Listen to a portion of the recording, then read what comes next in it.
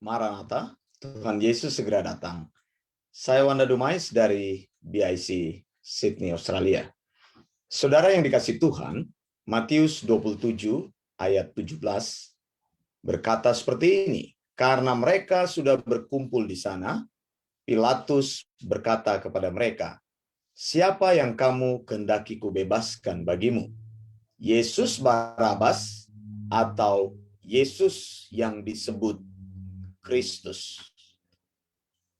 Saudara, Barabas adalah seorang pria yang hidup di Yerusalem, Yudea, sekitar tahun 33 Masehi, di masa pemerintahan Kekaisaran Romawi. Barabas ini adalah seorang troublemaker, seorang pencuri, seorang pembunuh, seorang pemberontak. Hukuman yang dia terima oleh karena kejahatan-kejahatannya adalah dia harus disalibkan. Nah, ini adalah hukuman yang paling umum pada waktu itu. Hukuman penyaliban adalah hukuman yang memang bersumber dari pemerintah Kekaisaran Romawi pada saat itu. Artinya adalah Barabas ini akan digantung di kayu salib sampai dia meninggal kehabisan nafas dan kelelahan di sana. Saudara yang dikasihi Tuhan, informasi-informasi ini yang bisa saya sampaikan kepada Anda karena tidak ada catatan-catatan lain lagi yang menulis tentang siapakah Barabas di dalam Alkitab.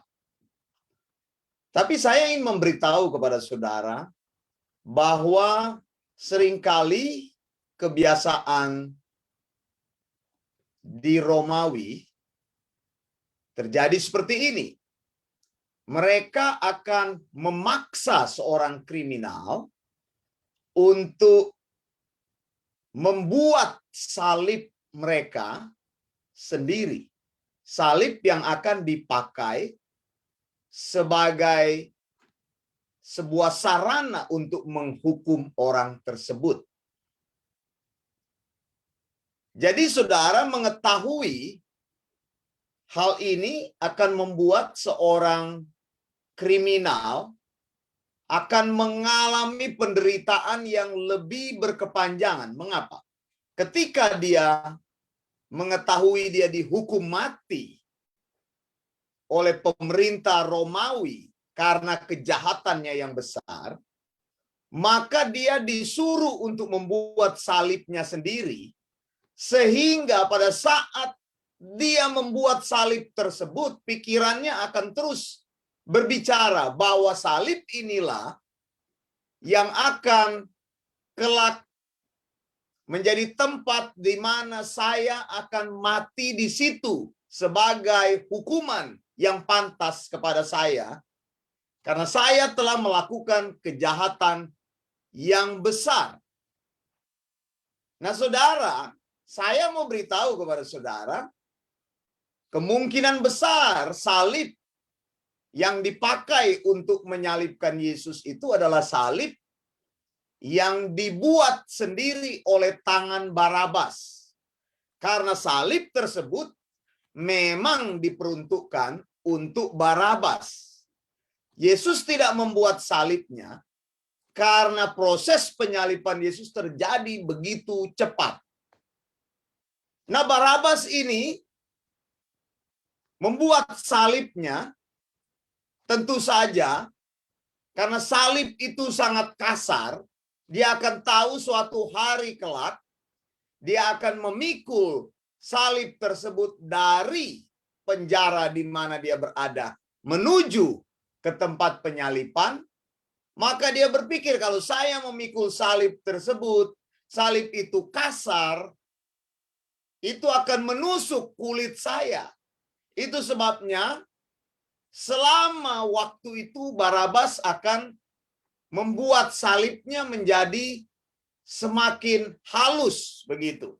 Kayunya diperhalus supaya tidak ada duri-duri di kayu yang kasar yang akan menancap kepada tubuhnya. Nah, saudara bisa pikirkan ketika dia sedang mengerjakan ini, maka dia diejek oleh prajurit Roma. Hey Barabas, what do you think you are doing? Jadi dia ditanya seperti itu. Kamu sedang bikin apa gitu? Dia dihina oleh prajurit Romawi.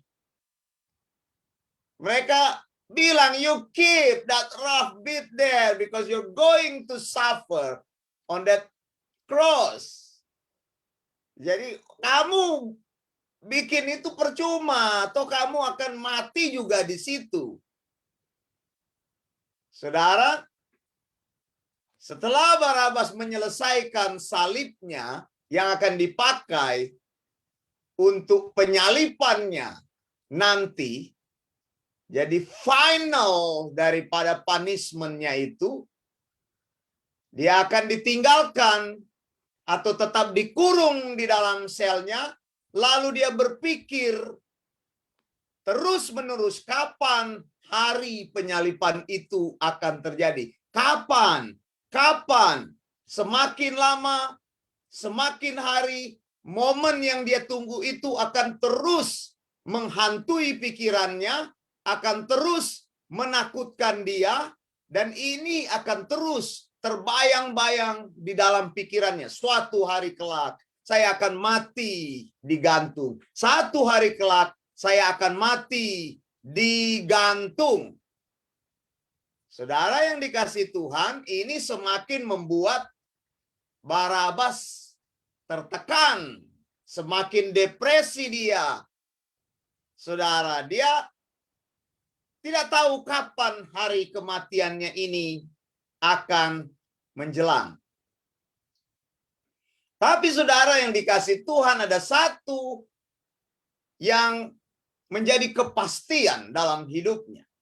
Bahwa hari itu, pada tanggal 14 Nisan, hari Rabu itu, Barabas tentu bersuka cita. Mengapa? Karena dia tahu besoknya akan tanggal 15 Nisan, hari libur, yaitu Passover. Kalau Passover, hari keagamaan, maka dia tahu bahwa hari itu tidak akan terjadi penghukuman bagi dia. Public holiday, hari libur di mana saudara berarti semua kegiatan-kegiatan yang bersifat eksekusi terhadap dia tentu akan terlewatkan. Jadi dia tahu tidak ada orang yang akan disalibkan pada saat hari Paskah tersebut. Ini tentu melegakan dia. Aduh, dia berpikir, sudah menunggu-nunggu lama, tapi nanti ada hari libur, saya pasti bisa melewatkan hari itu. Pasti di hari Passover tidak akan ada kejadian apa-apa terhadap diri saya. Saudara yang dikasihi Tuhan, jadi ini menjadi pikiran-pikiran baru di dalam dirinya. Sekalipun dia terus berpikir kapan dia akan mati, kapan dia akan mati. Belum ada kepastian kapan dia akan digantung di salib tersebut. Dalam saudara keputusasaannya, kegamangannya di selnya, Kemudian tiba-tiba, saudara, prajurit datang kepada dia. Hari itu, tanggal 14 Nisan, hari Rabu itu. Hari itu tentu tidak bisa dilupakan oleh Barabas. Dia berpikir, wah, hari ini ternyata saya berpikir tanggal 15 akan hari libur, ternyata tanggal 14 hari kematiannya sudah datang. Tiba-tiba datang prajurit ke sel dia dan membawa dia keluar.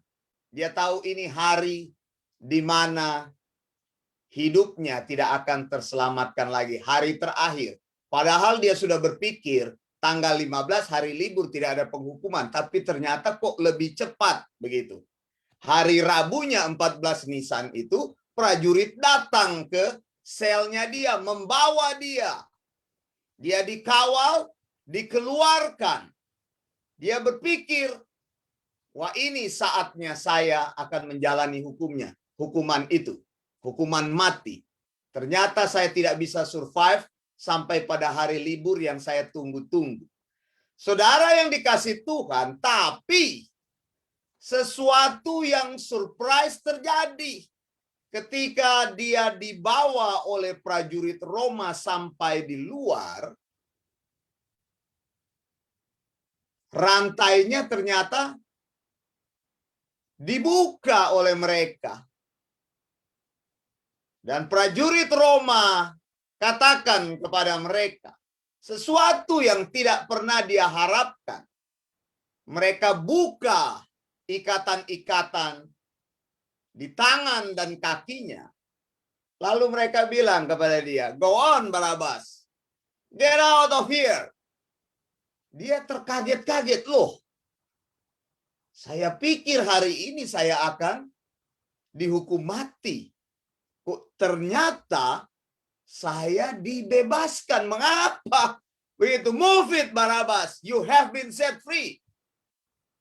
Dia bingung kenapa tiba-tiba dia sudah diputuskan hukuman mati. Kok tiba-tiba hari itu dia dibebaskan. Dia pikir 14 Nisan itu dia dibawa keluar dari selnya untuk menjalani hukuman mati yang sudah diputuskan baginya. Dalam kebingungannya, dia berjalan keluar menjauhi prajurit-prajurit Romawi tersebut. Dia melihat begitu banyak orang yang sedang berkumpul di sekitar tempat itu. Tapi dia lihat, kok orang-orang di tempat itu tidak mempedulikan dia. Padahal dia adalah orang yang dimusuhi oleh masyarakat saat itu. Tapi tidak ada satupun orang yang memperhatikan dia. Orang-orang yang dia lihat, kelompok orang yang banyak itu, mereka berteriak-teriak dengan marah sekali. Mereka katakan, salibkan dia, salibkan dia. Tapi Barabas merasa aneh. Teriakan yang ditujukan, yang mereka teriakan itu bukan kepada dia. Salibkan dia, orang-orang itu tidak memperhatikan Barabas. Barabas berpikir, ini keanehan kedua lagi. Saya dibebaskan, tapi orang-orang banyak itu tidak menuntut kepada saya. Kemarahan mereka bukan tertuju kepada dia. Lalu dia mulai bergerak pelan-pelan menuju ke kerumunan orang. Sementara orang-orang yang banyak itu berteriak kesetanan, salibkan dia, salibkan dia. Tentu saja Barabas cepat-cepat dia menjauh dari prajurit yang sudah membebaskan dia. Karena dia berpikir, wow, jangan-jangan terjadi kesalahan, lalu tiba-tiba prajurit ini berubah pikiran lalu menangkap dia lagi. Kemudian saudara, ketika dia berbalik mendekati kerumunan tersebut, dia melihat ada seorang pria lain yang ternyata tubuhnya sudah penuh dengan luka-luka, seperti sudah dicambuk, dan orang itu sudah sangat menderita. Dia lihat di situ, dan mungkin Barabas akan berkata, I know that man. I have seen him before. Oh, that man is Jesus. Mungkin Barabas akan berkata seperti itu. Saya tahu orang ini. Saya tahu dia adalah guru. Saya tahu dia adalah orang yang sering menyembuhkan orang, sering berbuat baik, mengajarkan kebaikan, mengajarkan firman Allah. Apa yang terjadi dengan manusia itu atau pria itu? Mengapa orang-orang begitu membenci orang itu? Apakah orang itu melakukan kesalahan yang besar seperti saya? Saudara yang dikasihi Tuhan, kita tidak tahu apa yang terjadi selanjutnya setelah Barabas dibebaskan, karena Alkitab tidak pernah mencatat apa yang terjadi saat itu. Tapi saat itu, saudara, pada hari Rabu 14 Nisan tersebut, ternyata sudah terjadi apa yang disebut dengan Paschal Pardon. Pengampunan pada saat Passover. Menurut tradisi, Pilatus biasa memberikan sebuah pardon atau pengampunan pada saat Passover untuk memberikan pilihan kepada orang banyak memilih siapakah yang bisa dibebaskan atau penjahat yang harus dibebaskan sebagai sebuah pardon atau sebuah pengampunan yang diberikan pada saat Paskah tersebut.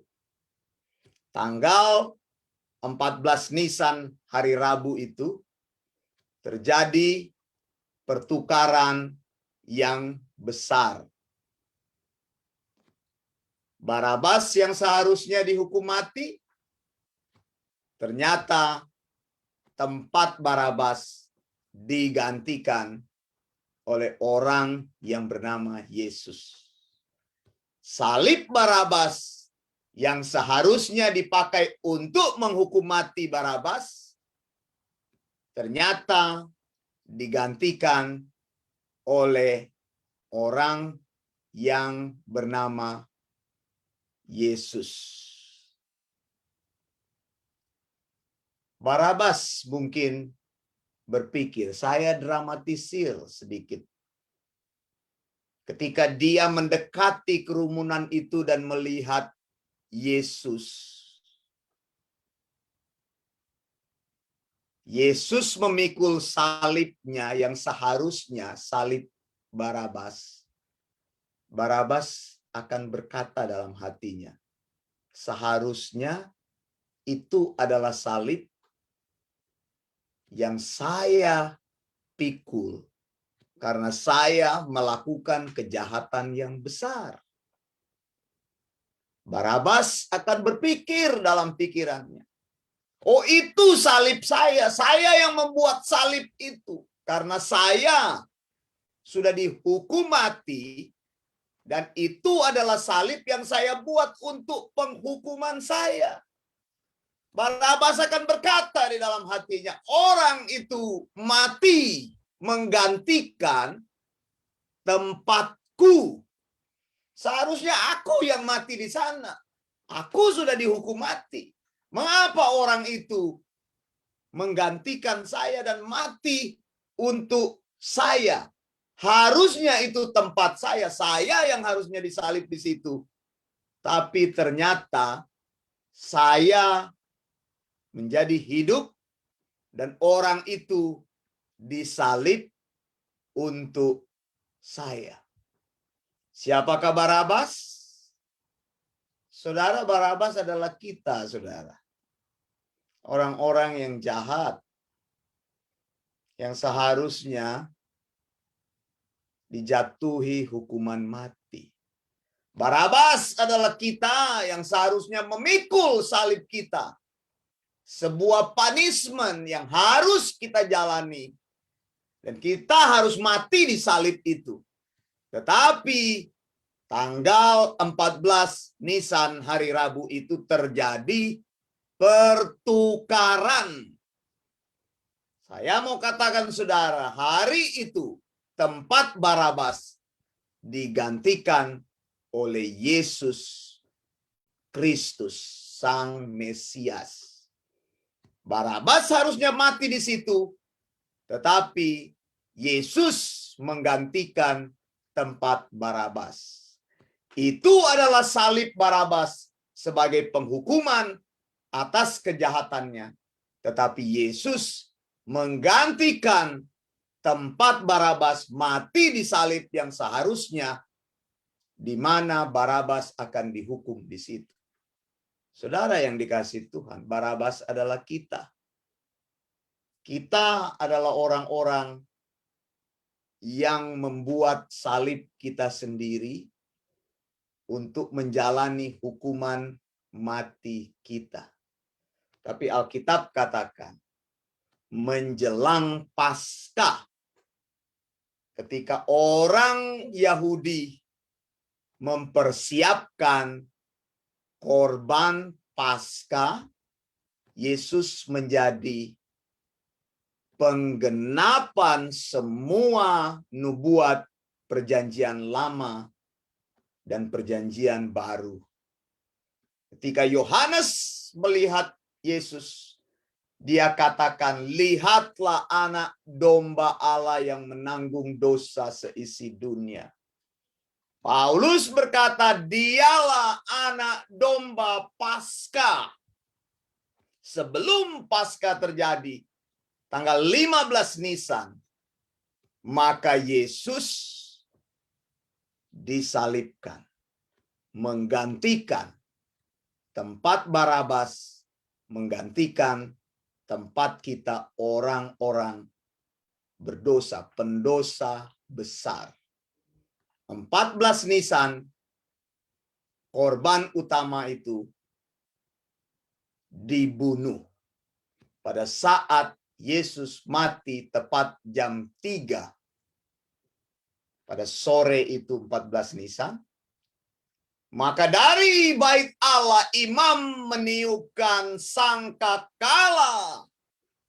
Dan sangkakala itu adalah menyatakan bahwa korban Paskah sudah disembelih tanpa dia menyadari bahwa Yesus anak domba Paskah. Pada jam 3 sore itu tanggal 14 Nisan, hari Rabu itu dia berkata, it is finished. My Father, into your hand I commit my soul. Setelah Yesus berkata seperti itu, maka meninggallah Yesus. Dan kita tahu apa yang terjadi? Terjadi gempa bumi yang besar sehingga tabir bait Allah terbelah dua, yang memisahkan ruangan kudus dan ruangan maha kudus. Saat itulah Yesus mati. Yesus mati menggantikan tempat Barabas. Dan siapa itu Barabas? Barabas adalah kita. Terima kasih untuk semua yang Yesus telah lakukan bagi hidup kita. Yesus mati supaya saya hidup. Saya Wanda Dumais dari BIC Sydney, Australia. Maranatha, Tuhan Yesus segera datang. Blessings.